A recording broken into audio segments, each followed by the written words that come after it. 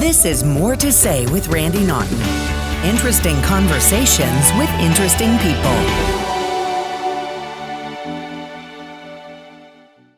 All right, we welcome you into our latest episode. Think about it. It is unbelievable to think that it has been 23 years after the September 11th attacks in New York City on the World Trade Center. This is one of those life events that everybody remembers where they were. I was sitting on the news set covering it live that day. Obviously, 3,000 people perished that day in multiple attacks. And we're talking with somebody who was very close to somebody who died in one of the World Trade Center buildings. We'd like to welcome Mr. David Paine. He is the president and co-founder of 911.org. Welcome in. I know that you're a busy guy this time of the year. You know what? First of all, tell us how you're connected to this terrible event. We as Americans are all connected, of course, but you and your partner have more of a personal tale, as many do. Yeah, I was a born and raised New Yorker, and like a lot of, I think, New Yorkers in particular, but also people around the nation, I was deeply affected by what I witnessed on that horrific day. It was unlike anything that I've ever experienced in my life. And I was fortunate in that my own brother, who was in the building immediately next door and who witnessed everything, including people jumping out of the towers, he managed to escape the area without being injured. But a very good friend of mine, Jay Winnick, had lost his own brother, Glenn, in the collapse of the World Trade Center South Tower. Jay's brother, Glenn, was an attorney who worked at a law firm, Holland and Knight, but he was also a trained volunteer firefighter and EMT. And, like a lot of very brave first responders that day, he borrowed a medic kit from the FDNY and went into the South Tower and was in the process of getting people out when the building collapsed suddenly upon him. And unfortunately, he lost his life, and his family recovered his remains about 6 months later with a borrowed medic kit still by his side. Wow. So that was my immediate connection to 9/11. And you talk about people running in to help. It's like, I too come from a family of first responders in New York. My brother, who was, I believe, a fire captain in Niagara Falls at the time, was deployed south and went to help out as well. And from this tragedy came a day of doing good. Talk about 911.org and how it came to be and what you do. Yeah, and Randy, everybody says that to 911.org. It's 911day.org. Understandable. 911day.org. Gotcha. All right. I can be corrected. It's okay. You're not the first person that confuse those two. So yeah, 911day.org.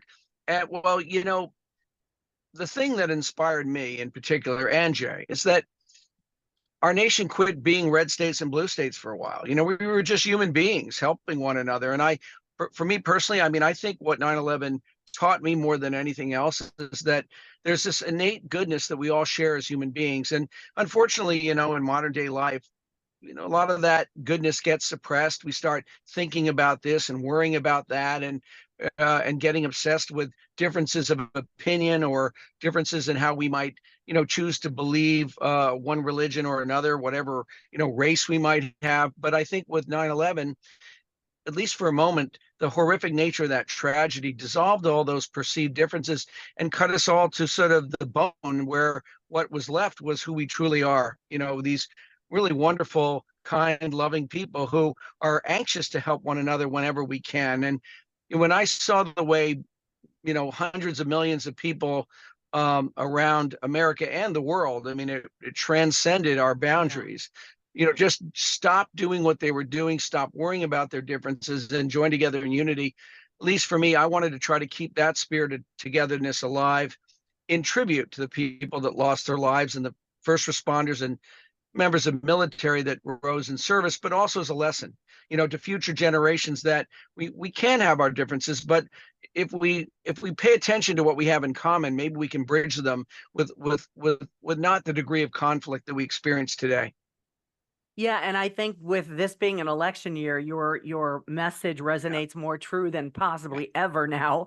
And let's talk about 9/11 day meal packs around the country. They're including here in St. Louis. They're going to be events where people are packing meals for those less fortunate and the underserved. And tell us where that came about, how it came about, and where the food goes. Yeah, so the St. Louis Meal Pack was one of the very first that we launched outside of New York, and I believe it's now in our fifth year there.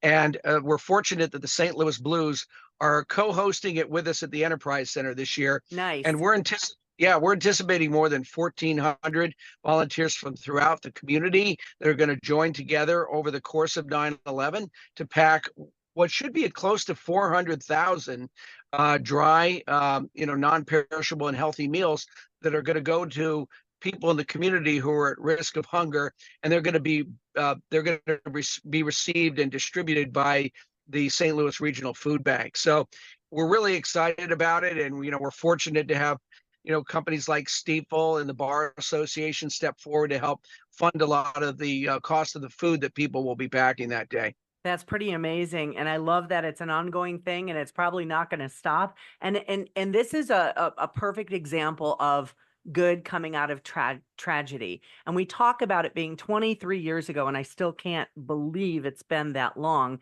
And now you're looking at people who were born just after that event, and now they're graduating college and entering the workforce and becoming parents and marrying. They were not around for that, but now how do you convey the message about what happened on that day to younger people and how they can learn from what you and so many others have learned from it?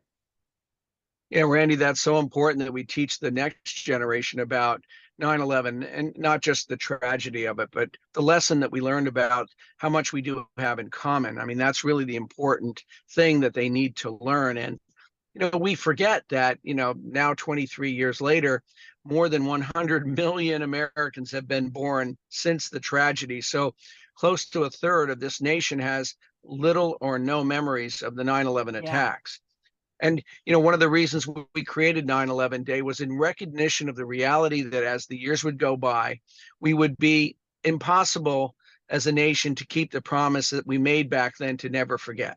We would because, our nation would move on and people who remember the attacks would pass away and new younger people would come into our society. And we decided that if we could transform 9/11 and we could turn it not just as a day of memorial remembrance, but also as a way of remembering through service, through doing good, that would be an idea that would have no expiration date. It would be something that would resonate with every generation because going back to what we were talking about, young people, people who are older, we all share the same innate goodness and that we're born with. It's our gift that we're endowed with, and so 9/11 Day taps into that. So it's interesting that as the years have gone by, the participation in 9/11 Day has grown in spite of the fact that we're now, nearly 2.5 decades from the tragedy itself. That's pretty amazing to think about that. And then your goal, I know, is to help people understand that when we talk about 9/11, of course, we will never forget the events of that day, but you wanted to turn into something more positive. The memories of the people lost will never be forgotten, of course. What Yes. else Right. does 911day.org do for the rest of the year to help people stay aware? Well, we do concentrate on that one day. I think more than anything else, because we, as you said, we wanted to redefine it. We wanted to take the day back from the terrorists. That was a really important thing for us. We were concerned that if we didn't sort of turn it into a day of doing good, that all our after that would learn what the terrorists did to us that day. And September 11th would forever be their day. So we said, hey, no way. We're going to take this day back. We're going to turn it into something that's uniquely American because volunteerism is very unique to our culture and special. And I think when people do participate in 9/11 Day, even if it's just for that one, moment, do I think reconnect a little bit with who they are as human beings. And I think we all believe that that carries forward into the year. And so that they become more cognizant and aware of the value of helping others. About a third of the people that volunteer with us every year tell us that they're relatively new to volunteering. So it actually brings new people into the process. And I think when that happens, our hope is that they will continue to want to serve their community in one way, shape, or form as the year progresses. It's incredible that the response you get, especially on meal pack days, and what organizations like the St. Louis Blues are doing and many others around the country. So you on 9/11, where are you going to be and what are you going to be doing? Well, my usually I need to be in New York City, with some of the 9/11 families and others, and we stage a an enormous project there, as you might imagine, that takes place over 2 days, 9/11 and 9/12, where as many as 7,000 volunteers will pack close to 2 million meals. But I have had the opportunity over the years to actually travel around the country on 9/11 and try to make a number of projects attend a number of projects all at once. So there was one year when I started in Atlanta, and then I went to Dallas, and then I flew to Phoenix, Arizona, and made all three in one day. And Pretty so I do impressive. try to get. Well, I like to see that how every community is reacting, and so I'll be participating in the meal pack, which will be aboard the Intrepid in New York City. But I'll also be part of a group of organizations that'll be actually opening the New York Stock Exchange by ringing the bell that day in symbolism of the importance of 9/11 to our community. So I've got some things like that planned. That's pretty incredible. So if somebody wants to get involved with 911day.org, what can they do and what will they find on the website?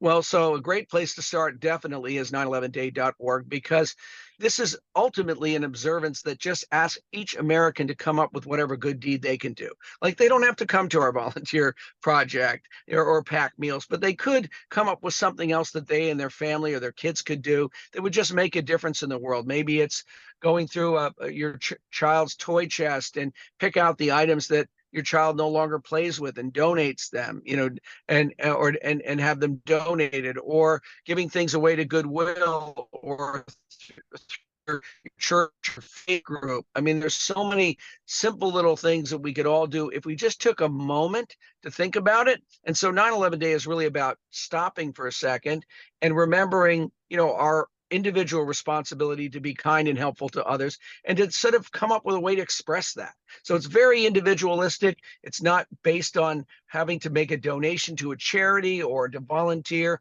And if people are looking for ideas, if they're teachers, for example, they're looking for lots of educational lesson plans, all that information, all those resources and assets are on our website, 911day.org, entirely for free. So that is a great place to start. Very well. Well, I thank you very much for joining me today on More to Say with Randy Naughton. This is David Paine. He's the president and co-founder of 911day.org. I got it right, David. I got it right. And hopefully we'll drive more people to the website. And, it's a time to reflect, obviously, and of course, but it's a time also to celebrate who we are as people, I think, as well, who, Yeah. as divisive as we are these days, I believe more brings us together than divides us. That's just me, but I know some may disagree, but that's just how I feel. Well, I mean, I share that feeling very much. And look, I live directly next door to a person who votes for somebody different than me. Okay. But last election, we threw a party at our house, and they wore their shirts and we wore our shirts, and we were friends and family and neighbors. And, you can be, even in this election cycle, we can get so, obsessed with our differences to the point where we literally start hating people we don't even know. And I think what we need to do, and what 9/11 is all about, is we need to remember that we do fundamentally care for one another, that we're all kind people, that want to make a difference. And yeah, we get upset about things, and we get triggered by political issues that that we may agree with or disagree with. But I think in the end, what we have to do is step back from a little bit of that and say, okay, I don't feel the same way as this person, but I do respect them as a human being. I do acknowledge that they feel that way for some reason or another. They're not idiots. They're not demons. They're not the devil. They're just neighbors who feel differently about something that's important to them. And so we can have our differences, but if we remember how much we fundamentally love each other and how that was expressed on 9/11, we can really do a little better in our society than we're doing today. There's nothing more I can add to that. David, thank you so much for joining us today. Thank you, Randy. It's a pleasure to talk with you as always. This has been More to Say with Randy Naughton. Interesting conversations with interesting people. Be sure to like or subscribe wherever you get your podcasts.